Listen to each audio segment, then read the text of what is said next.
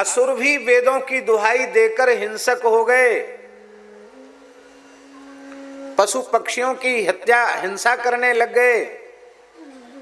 असुर भी दुहाई, वो ये नहीं कहते हम पाप करते, वो कहते वेदों की दुहाई देते हैं। इसलिए वेदों का तात्पर्य भी हम नहीं समझ सकते। इसलिए केवल वेद वाक्य विश्वास श्रद्धा नहीं, बोले तब फिर ठीक करें कि गुरु वाक्य विश्वास श्रद्धा, गुरु वचनों में विश्वास श्रद्धा, बोले तब तमाम गुरु बने डोल रहे हैं। चेला तो कोई बनना ही नहीं चाहता, सब गुरु ही बनना चाहते। यहां तो कोई नहीं होगा एक भोला भाला जाट का बालक, घर में सीधा साधा था, परेशान किया लोगों ने, तो वो मठ में आ गया, भर्ती हो गया। तो संतों की पद्धति यही है कि कोई आता है नया तो उसको पहले सेवा में लगाते हैं, सेवा से शरीर की शुद्धि होती, गौ सेवा वगैरह सब में। और जो छोटा होता है ना नया नया, उस पर पुराने सब हुक्म चलाते हैं, ये कर लाना, ये कर लाना, उसको सबकी सुननी पड़ती, नहीं सुने तो अपमानित भी होगा, हो सकता न रह पावे। तो आया था नया नया, उसको ज़्यादा काम करना पड़े। एक दिन वो परेशान हो गया, बोले भाई सांस ही नहीं लेने देते, आश्चर्य है, घर में फिर भी ठीक थे, कम से कम समय समय पे खेत में मेहनत करते थे, फसल कटने पकने के बाद कुछ रेस्ट भी मिलता था, यहाँ विश्राम ही नहीं, कोई ना कोई काम हमेशा, न ठीक से सोने ही देते हैं। वहाँ कम से कम कोई जगाता तो नहीं था, यहाँ तो 4 बजे उठो, रात तक काम करो। तो एक दिन वो दुखी हो गया, उसने कहा कि हम तो सोचते थे कि साधुओं में बड़ी मौज है, और ये तो बहुत खतरे का काम है भाई, हम तो परेशान हो गए, बहुत काम करना पड़ता है। अरे क्या बोलता है, नरक में जाएगा, काम करना पड़ता। काम क्रोध नहीं, भगवान की सेवा है। सेवा बोलो, काम मत बोलो, काम नहीं है, सेवा है। हाँ महाराज सेवा ही। देखो गुरु भाई, जो भी यहाँ आता है ना स्थान में, सेवा सबको करना पड़ती है, सबको करना चाहिए। आप लोग तो उतनी नहीं करते, कम कम करते हैं, हमको ज़्यादा। बोले अभी तुम नए हो ना, हम लोग पुराने हो गए हैं, पर करते तो हैं हम भी सेवा। तुम भी जब तुम्हारे नीचे भी 10-5 की भर्ती हो जाएगी तो तुम भी पुराने हो जाओगे। बात होते होते अंत में उसने कहा कि अच्छा एक बात बताओ, यहाँ आप बोलते सबको सेवा करनी पड़ती, और ये गद्दी पर बैठे हैं गुरु जी के लिए कहा है, गद्दी पर वे तो कुछ नहीं करते हैं, खाली आराम से बैठते हैं, लोग उनको प्रणाम करते, भेंट चढ़ाते हैं, और इनका आदेश कोई टालता नहीं है। बक बक करता है मूर्ख कहीं का, ये गुरुजी हैं, गुरुजी सबके। इतना सुनती वो जोर से रोया, बोले गुरुजी हमको गुरुजी ही बना लो, चेला नहीं बनना है, क्योंकि चेला बनना बहुत खतरे का काम है। तो कहने का अर्थ है भैया,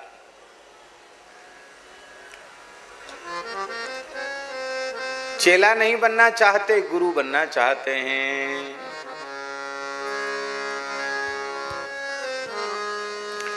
कई बार गुरु भक्ति की बात भी,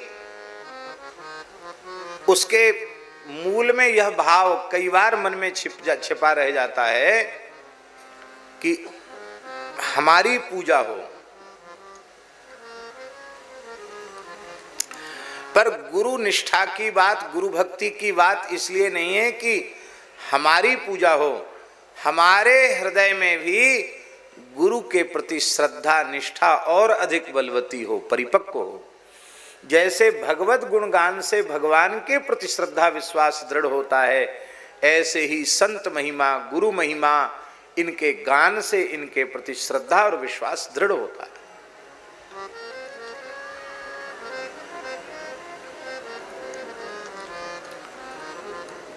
ऐसे तमाम लोग डोल रहे हैं गुरु बने, जो न जिन्हें वर्णाश्रम व्यवस्था से कोई लेना देना है, न जिन्हें वेदादि शास्त्रों से कुछ लेना देना है, न जिन्हें सदाचार से कुछ लेना देना है। और वे कौन है? कौन है वो? महाराज बड़े गुरु तो वही हैं जिन्हें धर्मशास्त्र से लेना देना न हो, सत्य सदाचार से लेना देना न हो, ज्ञान भक्ति वैराग्य से भी लेना देना न हो, जो कोई मनमुखी बात गढ़ करके सामने प्रस्तुत कर दें, वे ही कलिकाल में बड़े गुरु माने जाते हैं।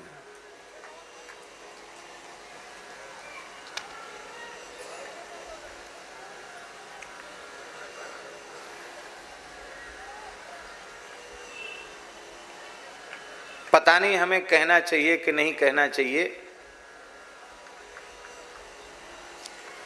पर ओशो आनंद करके कौन सा अखबार है, उसमें एक पेज आता है ओशो आनंद, यही बंबई में ही देखने को मिल रहा है? आज का आनंद, ओशो के विचार उसमें आते हैं।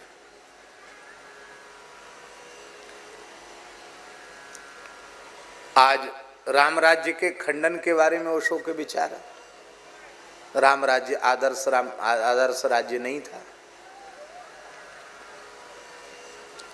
और रोज धर्मशास्त्र और सदाचार के विरुद्ध ऐसी ऐसी बातें उसकी आती हैं, और आप सोचो कि पूरी दुनिया में उसके अनुयायी कितने हैं।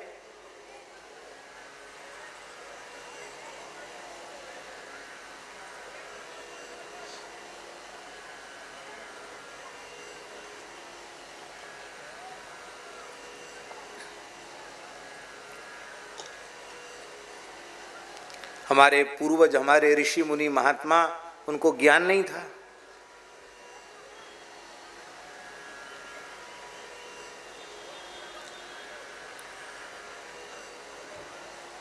ऐसे लोग भी गुरु बन जाएंगे जो धर्मशास्त्र की मान्यता मर्यादा व्यवस्था को नकारने वाले हैं, और ऐसे लोगों के बहकावे में आकर के न जाने कितने लोग पथभ्रष्ट हो जाएंगे, हो रहे हैं और हो जाएंगे। इसलिए केवल गुरु वाक्य विश्वास श्रद्धा नहीं, वैदिक सदाचार संपन्न जो महापुरुष हैं, वेदादि शास्त्रों में जिनकी श्रद्धा है, वर्णाश्रम में जिनकी श्रद्धा है, रामकृष्ण नारायण में जिनकी श्रद्धा है, गौ ब्राह्मण संत अतिथि माता पिता तुलसी पीपल, इन सब में जिनकी श्रद्धा है, ऐसे श्रद्धा संपन्न जो महापुरुष हैं, ऐसे महापुरुषों को गुरु कहा जाता है। वैदिक सदाचार संपन्न, वैदिक धर्म परायण गुरु, और उनके वचनों में विश्वास, इसका नाम है श्रद्धा। इसलिए केवल गुरु वाक्य विश्वास श्रद्धा करने से, कहने से भी दोष आ जाएगा, और केवल वेद वाक्य विश्वास श्रद्धा कहने से भी दोष आ जाएगा। इसलिए वेद गुरु वाक्य विश्वास श्रद्धा। पार्वती जी को श्रद्धा का स्वरूप क्यों कहा? शंकर जी पार्वती जी को राम कथा सुना रहे हैं, राम जी के अवतार के कारण गिना रहे हैं, और बोले एक बार अवतार का हेतु यह बना कि नारद जी के शाप के कारण भगवान का अवतार हुआ। नारद जी ने शाप दे दिया, इसलिए भगवान को अवतार लेना पड़ा।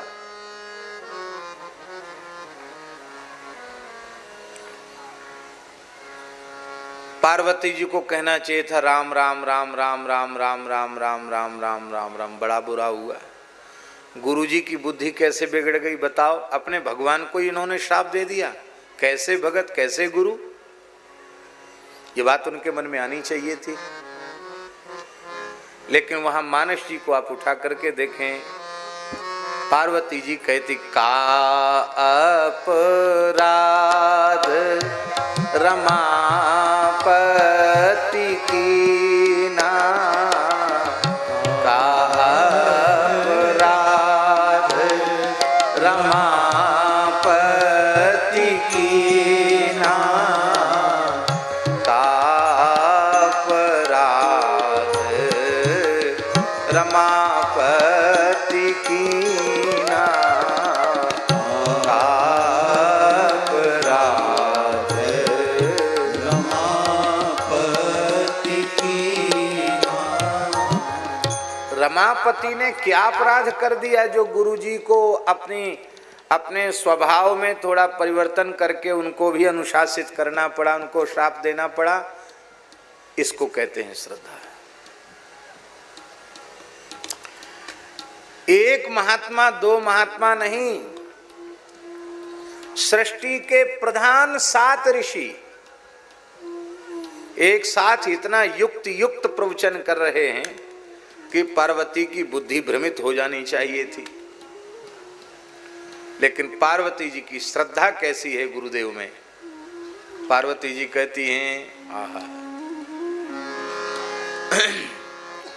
तजाऊं नारद कर उपदेशु, तजाऊं नारद कर उपदेशु, आप कहीं शतवार महेशु, आप कहीं शतवार महेशु, हाँ आप कहीं शतवार महेशु, आप कहीं शतवार महेशु।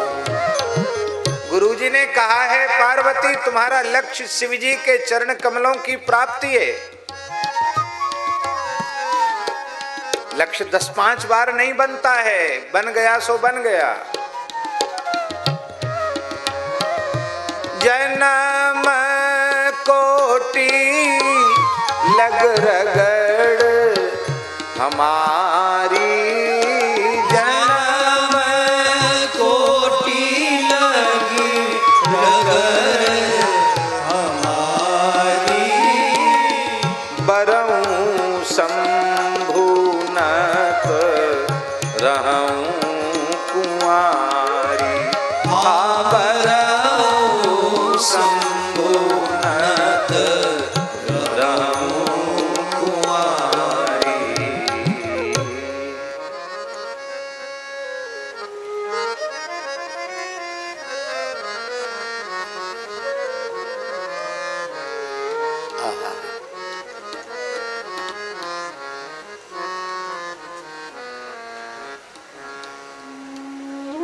समुद्र मंथन से जो विष उत्पन्न हुआ उसके संबंध में सुखदेव जी ने विशेषण दिया है, त्रैलोक्य दहनाद विषाद। क्या लिखा है? त्रैलोक्य दहनाद विषाद। वो इतना भयंकर जहर था कि पीने की जरूरत नहीं थी। वो हालाहल विष यदि रहा आता तो तीनों लोग जलकर उसकी ज्वाला से भस्म हो जाते। त्रैलोक्य दहनाद विषाद।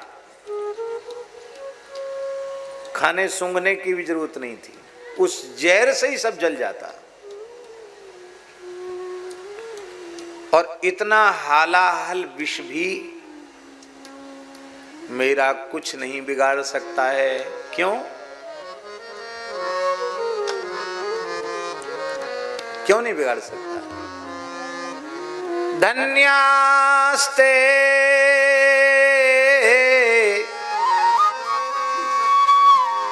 धन्यास्ते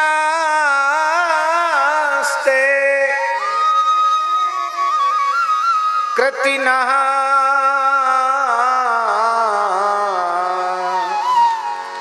पिबन्ति सततम श्री राम नामामृतम।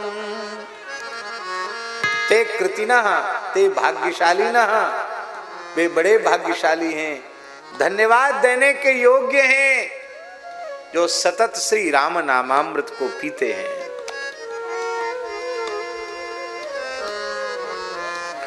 और उन्हें विश्वास है कि मैं निरंतर राम नाम जपता हूं। तुम पुनि राम राम दिन राति, सादर जपहु अनंग अराती। ये तीनों लोगों को जलाने वाला विष मेरा क्या बिगाड़ सकता है, क्योंकि मैं राम नामामृत का सेवन करता हूं। और ततः करतली कृत्य व्यापिहालाहलं विषम अभक्षयन् महादेवः कृपया भूत भावना। रा कह करके भोले बाबा ने मुंह खोला और विष पी करके मां बोला। राम रकार मकार के संपुट में विष को रख दिया। अच्छा एक बात बताओ, हम आप सब जानते हैं कि सबके हृदय में भगवान बसते हैं, जानते हैं कि नहीं? कौन ऐसा है जो ये न जानता हो? सब जानते हैं कि नहीं? जो न जानता हो सो हाथ खड़ा करे। वाह जी वाह, सबके सब तत्व ज्ञानी हैं, सबको दंडोत प्रणाम।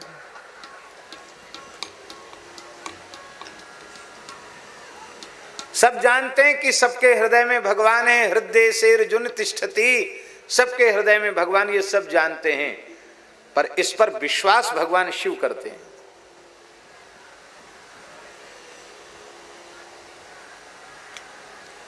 हमारे हृदय में श्री ठाकुर जी बसते हैं, उसमें काम क्रोध की अग्नि जलनी चाहिए, उसमें लोभ की अहंकार की दुर्गंध आनी चाहिए।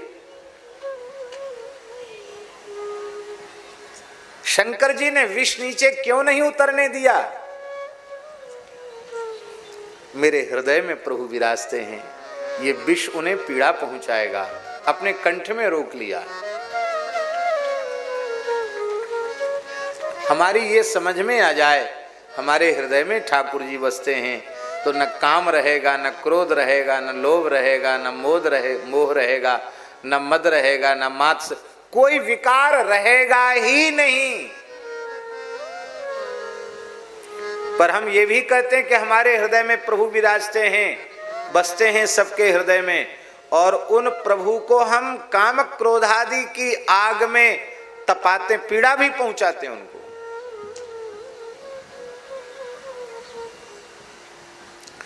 नाम प्रभाव जानी शिवनी को, नाम प्रभाव जानी शिवनी को, काल कूट फल दीन अमी को,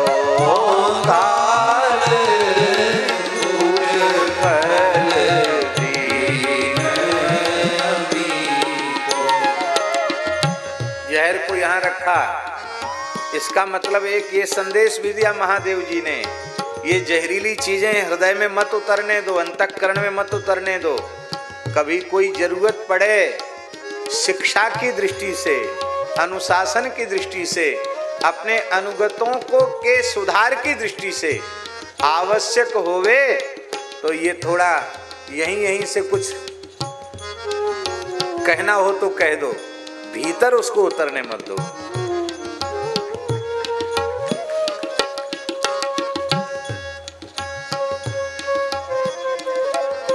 क्रोध को जीतने में मौन बहुत जरूरी है। लंबे समय तक मौन का अभ्यास करने से, ठीक से मौन का अभ्यास करे तो धीरे धीरे धीरे धीरे धीरे धीरे क्रोध आदि विकारों से चित्त शून्य होने लग जाता है। चलो मौन की बात छोड़ दो, इतना ही निश्चय कर लो कि हमको कोई कुछ भी कह देगा, हम उत्तर विवेक पूर्वक देंगे। तो जब विवेक को आप आड़े ले आएंगे ना, तो आपकी बोलती अपने आप बंद हो जाएगी। फिर मन में आएगा, अरे इसने एक बात बोल दी, हम इसका उत्तर देंगे तो ये तो क्रोध में है ही है, ये एक की दो जरूर कहेगा, चुकाएगा जरूर, ईंट का जवाब पत्थर से देंगे। और बात ही बात करस बड़ी आई, अच्छा है चुप हो जाओ। आज मौन की तिथि है, मौनी अमावस्या। इन पवित्र तिथियों पर अत्यंत श्रद्धा पूर्वक तीर्थ का अवगाहन करना चाहिए। तो आज की पंचांग में लिखा है, आज के दिन पंचांग में लिखा है, कहां कहां स्नान का लिखा है? हाँ, 4 जगह स्नान पंचांग में लिखा है। गोदावरी स्नान, त्रिवेणी संगम प्रयाग स्नान, काशी दशाश्वमेध स्नान और सर्व तीर्थाधिपति समुद्र में स्नान। आज भगवान की दया से हम लोगों का समुद्र में स्नान संपन्न हुआ।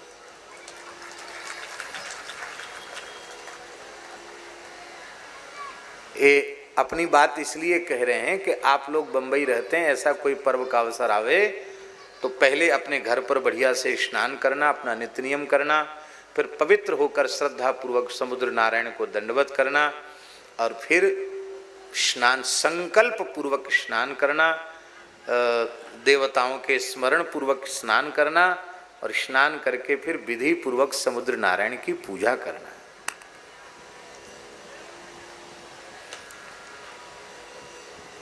ये जो अनंत होता ना, अनंत, इसको अनंत कहते हैं। सन्यासियों को जिन्होंने शिखा सूत्र का त्याग कर दिया है, उनको ये कलावा और ये सब बांधना आवश्यक नहीं है, नहीं बांधते हैं प्राय, मुक्त हो गए काहे का बंधन। कई महात्मा लोग नहीं बांधते, कोई धागा वागा कुछ नहीं बांधते। पर धर्म सम्राट स्वामी श्री कृपात्री जी महाराज ने देखा कि अनंत चतुर्दशी का व्रत विलुप्त हो रहा है, तो उस व्रत की कथा कृपात्री जी महाराज सुनाते थे और हजारों ब्राह्मणों को, आस्तिक लोगों को इकट्ठा करके, जहां भी काशी में ही होते थे उस समय, क्योंकि भादों में आता ना अनंत चतुर्दशी का व्रत, तो चातुर्मास काशी में ही करते थे। बड़े पैमाने पर अनंत व्रत करते थे और अनंत बड़ी श्रद्धा पूर्वक कृपात्री जी महाराज अपनी दक्षिण भुजा में धारण करते थे। किसी ने कहा महाराज आप सन्यासी हो, आप क्यों धारण करते हो? उन्होंने कहा सब लोग धारण करें इसलिए हम धारण करते हैं। सत्यनारायण व्रत कथा लुप्त हो रही थी, उस समय उन्होंने प्रत्येक पूर्णिमासी को श्रद्धा पूर्वक सत्यनारायण व्रत कथा सुनते थे, क्योंकि यद्यदा चरित श्रेष्ठ तत्तदेवेतरो जना।